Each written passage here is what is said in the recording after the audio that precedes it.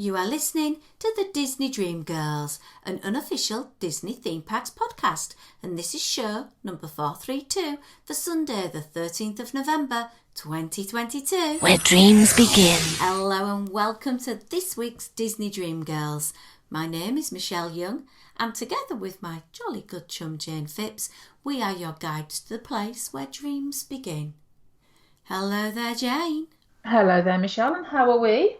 We are good, if we are in the plural again. I am doing really well.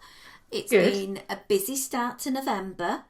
Busy. Lots of different hats being worn, racing around, trying to get things sorted, but all good. What about yourself? It's that time of year, isn't it? I don't know why it always seems to get busy. As soon as you get into the beginning of November, you can just see the end of the year in sight, can't you? I think everything just seems to happen. But no, I'm good. We had a few days away, touring the northern part of the country. I was kind of close to you at one point. I was in York. It's not too far away from you, is it? Did you go to Betty's and have some tea? I didn't. No. Oh. I went to the York Outlet Mall though and bought cheapy Disney jigsaws. Oh, well, that's a good place to go. I love going to that place. Well, we actually did go in search because the last time we were in York, I went to the Disney store because that's when there was a Disney store in York, and I bought my fab Welcome to the Club denim jacket. And I thought, I wonder what the actual store is now, because I don't know about you, Shell, but where we are in Nottingham and Derby, both of our Disney stores that are still empty. It's quite sad, really, that these shops are just sitting there with nothing happening. But not so in York. It's now a coffee shop. Oh, quelle surprise. It's quelle surprise, eh? But, yeah. So busy again, and lots of research going on, actually. Research? Star Warsy research. I Yeah. knew it had to be over to the light or dark side. Well, this time we're going light. We're Simon and I are embarking on potentially, well, I say potentially, we've got this bought, so it is happening. Jedi costumes for Star Wars Celebration next year. Ooh. You wouldn't believe how difficult it is to find a pair of women's chinos in the right colour, sandy sort of colour that I need, that aren't going to cost me an arm and a leg. Well, Jane, you know what the answer is. To the sewing machine! Yeah, well, we are going to get the sewing machine out because that's the only way we're going to be making tabards and capes and things. But I just thought, a pair of trousers, surely I can get a pair of trousers. Obviously not. Obviously not. Well, we are back with another fun-filled show, and we're starting with a little bit of Disney history. Okie dokie. I've got two Disney females to celebrate their birth date. Okay. So the first one is Hermione Baddeley, Right. 1906, 13th of November. She was born in Shropshire, England. Okay. You will remember her from being one of the staff in Mary Poppins as Ellen. Okay. She was also in films such as The Adventures of Bullwhip and Griffin, The Happiest Millionaire, and for me, this is the one I know her as.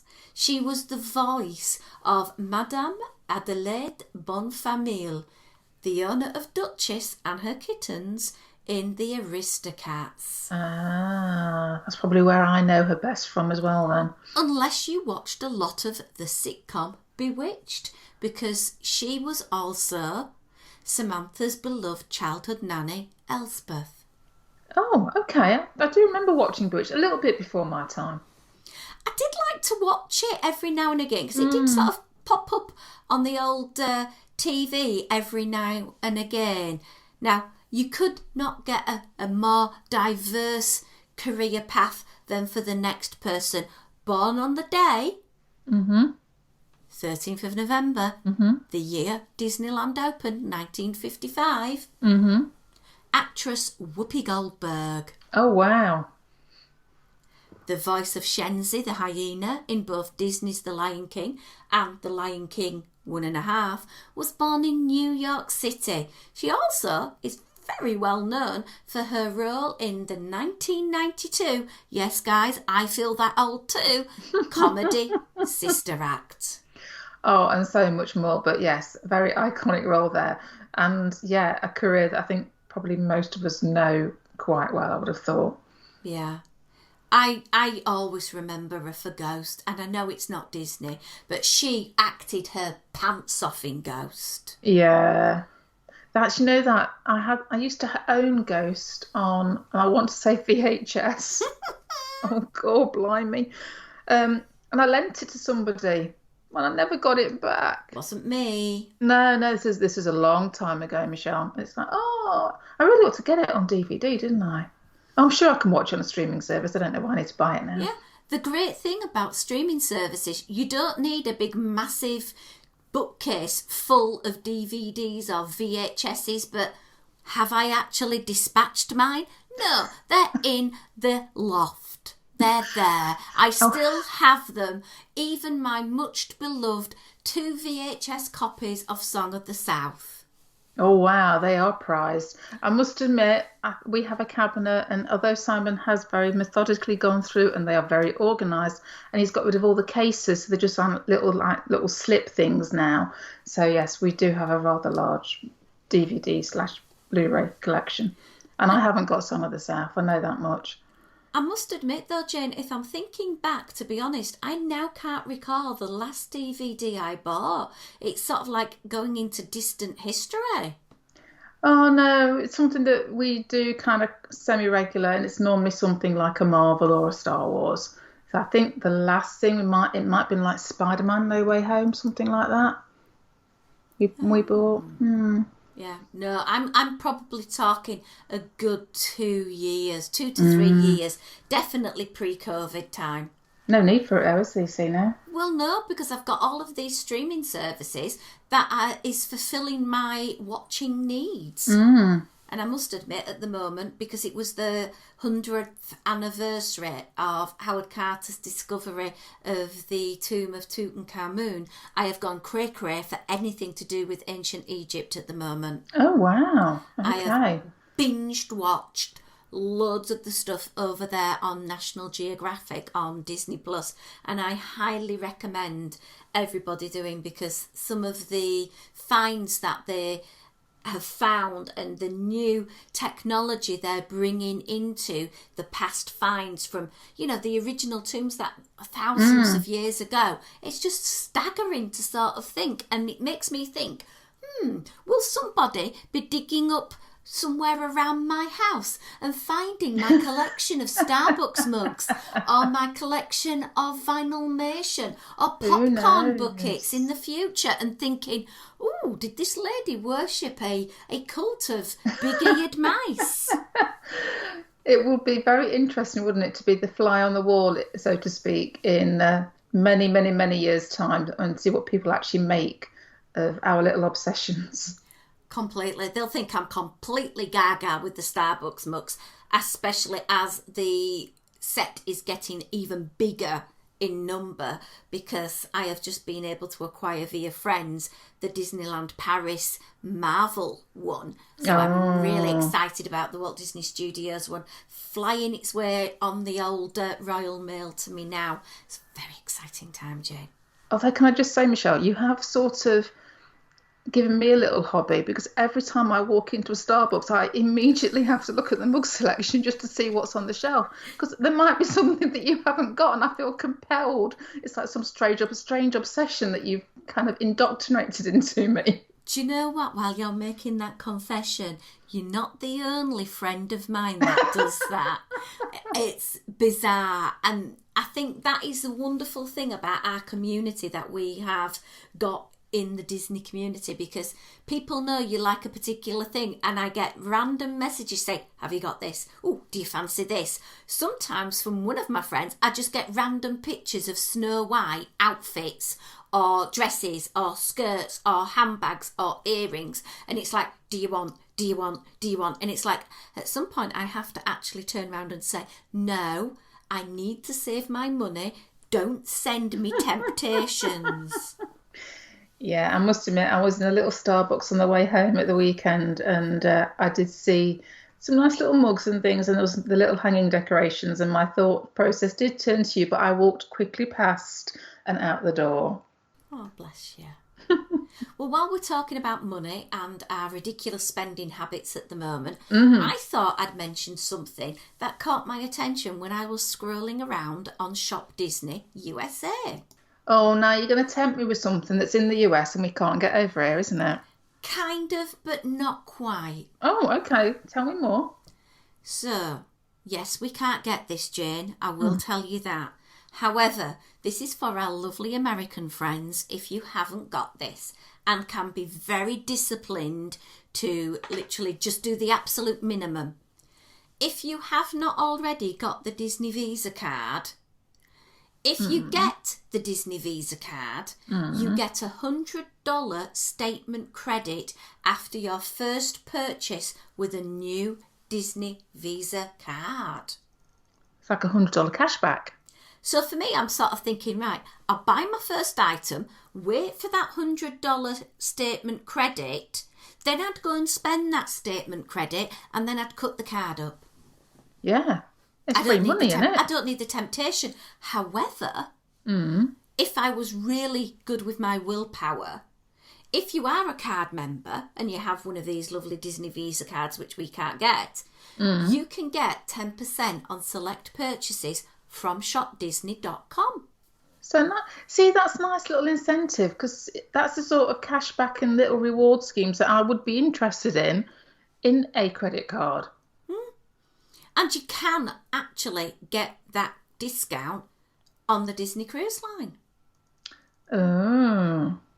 But you can only get it if you're in the USA. And I will actually say that on my 2018 trip, we were visiting with a lovely friend of ours called Jennifer, and she is a Disney Visa card holder. And she said, do you want to go and do the Visa card meet and greet?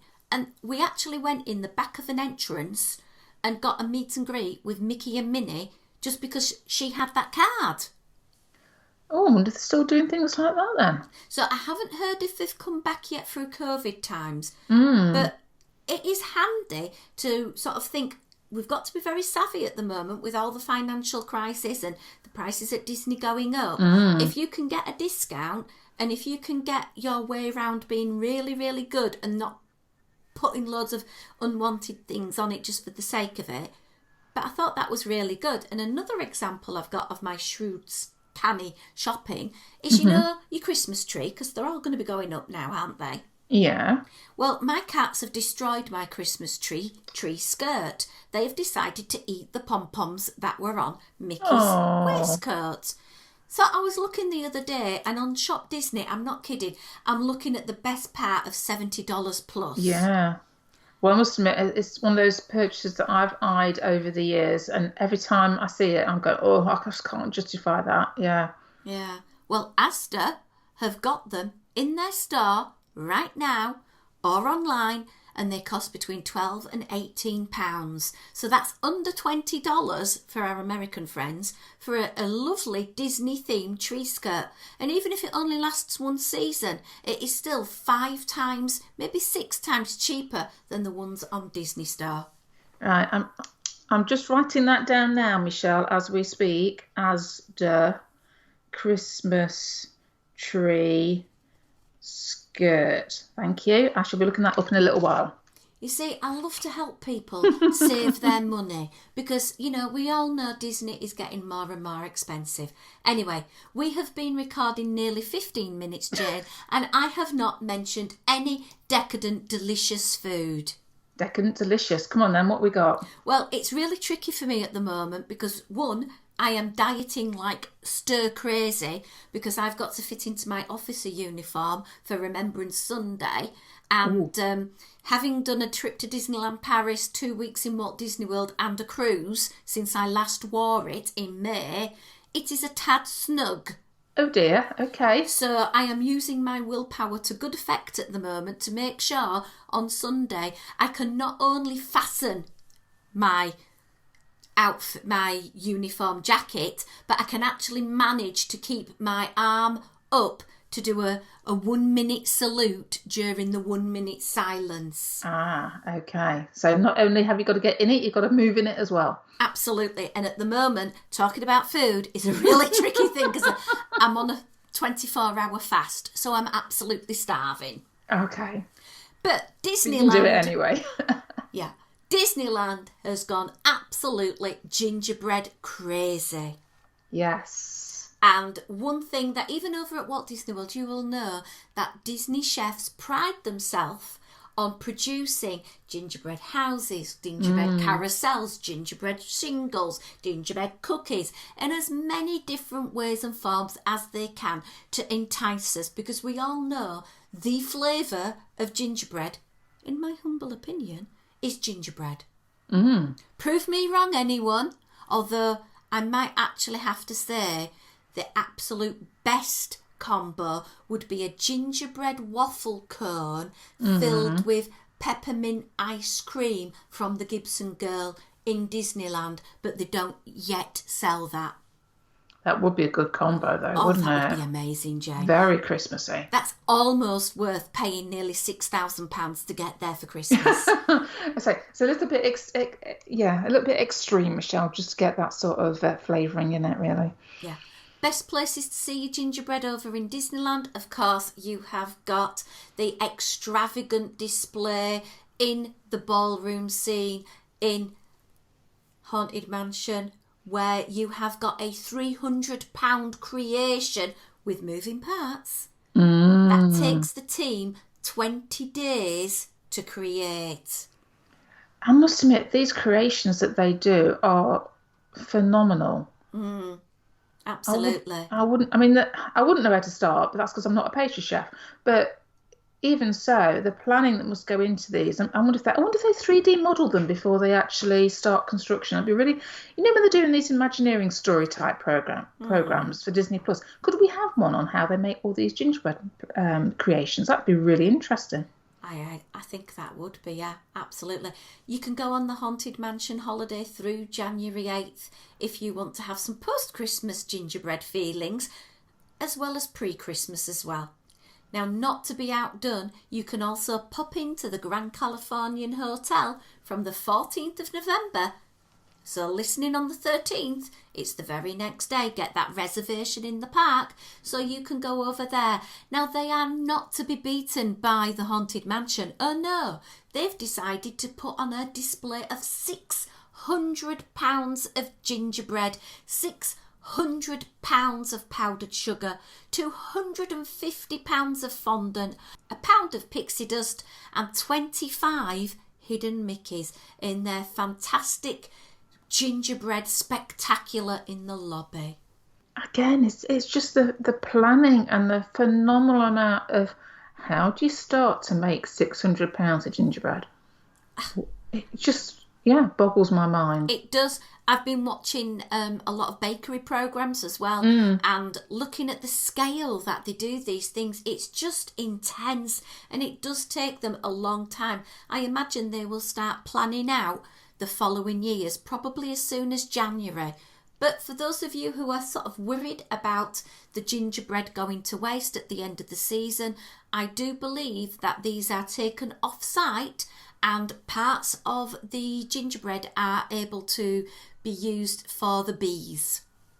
Oh, okay. I watched a whole sort of video on the Disney Parks blog, how they did it last year. So I'll see if I can find that and share that on the podcast family page, because I found that very interesting. Yeah, we don't like anything being wasted, do we? So if it benefits, fantastic. Now, obviously, you can't take home one of these giant-sized £10 billion gingerbreads, but there are all sorts of goodies at the Grand Californian Hotel's gingerbread holiday cart with all sorts of drinks and cookies. Don't forget there's also Hanukkah in there as well. And Disney will cater to all of your needs so that your money becomes their money in a blink of an eye. Very true. But it's all good fun. And what caught me this year is that they have some offerings that are gluten-free. And I know for my dear departed dad, it was one of the things he found really challenging at Christmas, getting a gluten-free mince pie, Christmas cake. But here you can get gluten-free and plant-based as well, and diabetic friendly options, because Disney want to cater for every single market so they can hoover your money. And they are so good at that, Janie. Well, they are, but also, whilst we could be very cynical about the money side of things, it is great that they are prepared to cater for all circumstances. Yeah. Animal Kingdom Lodge, hopping over to Walt Disney World, has the carousel back, and oh my word, I can just imagine being stood in front of it, just mesmerised by it, just looking at the artistry and inhaling the smell, because smells are calorie free. Very true. We don't have to eat these things, do we? We can just look at them and enjoy them and smell them.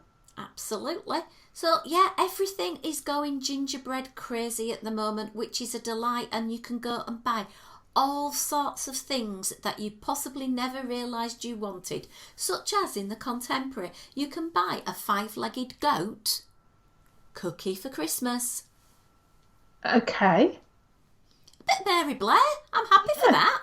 Yeah, just a strange choice for Christmas, but that's fine. And they are not to be outdone by the beverage team, because there are hundreds of different lovely, tempting cocktails for you to try, such as a frozen apple cider with a fireball floater. Ooh.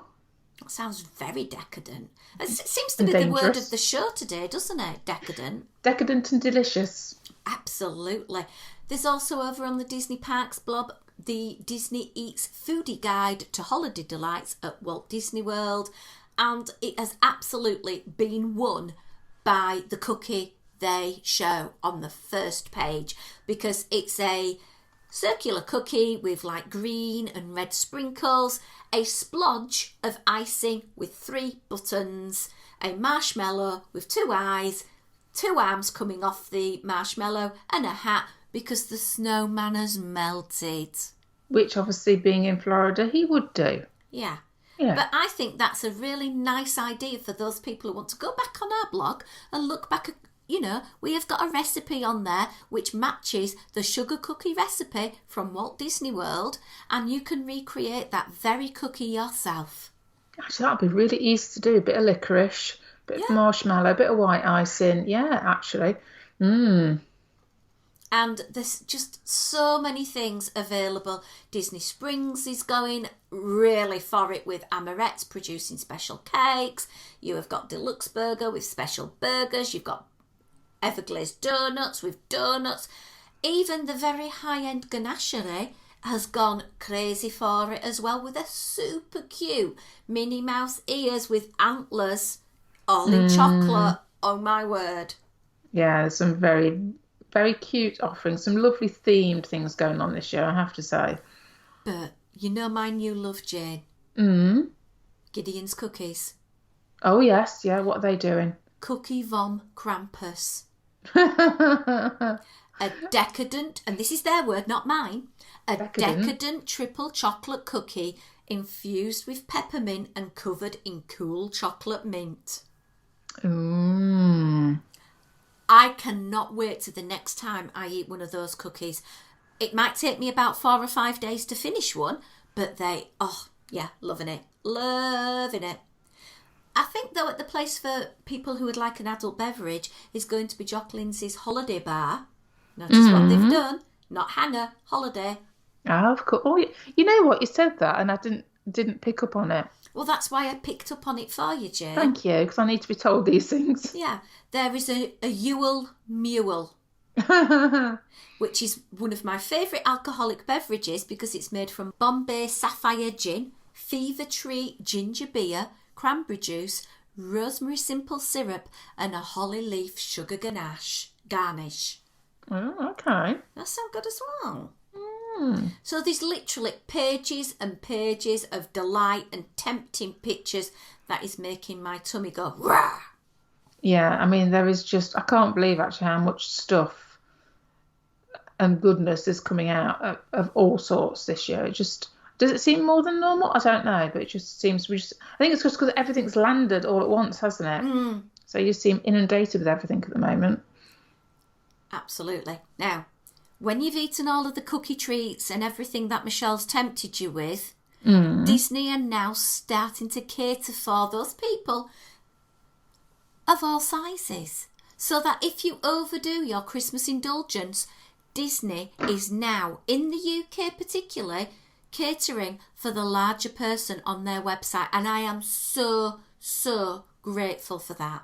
I had a little peruse earlier just to make sure, because I'd seen it on a friend's Twitter that Disney is now stocking up to 3XXL. And I thought, nah, don't be silly, that's not Disney. You get beyond a size 16, you can't find anything. Ah, okay. So I clicked on the absolute bargain, and I actually think Disney have priced this up wrong, so I might be just buying it tonight myself. A Disney Store Mickey and Minnie denim skirt for adults. I actually double checked it wasn't for one of those Mimo characters because it's £13. Yes, I've seen that one as well. Yeah, and I must admit I've double checked it a few times. Where can you get a skirt for £13? Yeah, especially a Disney skirt. Absolutely. And the good thing is it goes all the way up to a 3X, and in the UK this is equivalent to a size 32 to 34. And I think Disney is starting to get the message that not everyone is a size 6, and Disney need to cater for everybody's body shapes without shaming them and making them feel, oh, go to the back of the store because you're bigger than a size 7. So that made my heart feel a little bit warm inside, seeing this massive range of store sizes on the UK market, because I know in the USA it is a lot easier to get those bigger sizes, and in the UK it isn't. This is just a shameless plug for my friend Queen Ursula, who makes a lot of my dresses and skirts, that she offers all of her garments in your size. Every item is made bespoke to your size. So if you're a bit more busty, but a very slim petite waist, she will make them to fit you. And it's not a designer price either. And the material she uses is great quality, and I love them to pieces. So check her out on Instagram. It links up to her store when she has the next opening time. But again, it's been accessible to everybody. Absolutely. So that made me feel all, yay. Oh, warm and fuzzy inside. It's that time of year, isn't it? It is. It's beginning to feel a lot like Christmas. See, I did get my little burst of song in the podcast this week. So before we end the show, let's just go for a quick, I'm not putting the Christmas tree up yet. Right. I did say I was going to let Hubster put it up while I was away with the cadets. You did, yes. And I think it's going to go up then. He did do his sad puppy dog eyes this weekend because we had Joseph. And he said, can't we get Joseph to help us put the tree up? And I thought, love, he's only just started walking across the room. I think putting on an ornament on a branch in the right direction so that everything is spaced out in my OCD world, no chance. That's not going to happen, is it? And you've got your date in your calendar for your tree. We have the last weekend in November when Molly comes home for the weekend. I'm not allowed to do it beforehand. I have ordered some new outdoor lights. That was ordered yesterday as we record this. So that's happening. And I have seen my first Christmas tree. In the village where I live. I was driving through. This would be on the 7th of November. And I glanced across and thought, that looks like a Christmas wreath on their door. And then a little sideways glance in their front living room window. Yes, they have got their tree up on the 7th of November. So I've seen it. That's it. All done. No judgment from me. And if you want to put your tree up and keep it up all year because it takes so long to do that, no judgment here. Your tree, you're putting it up time.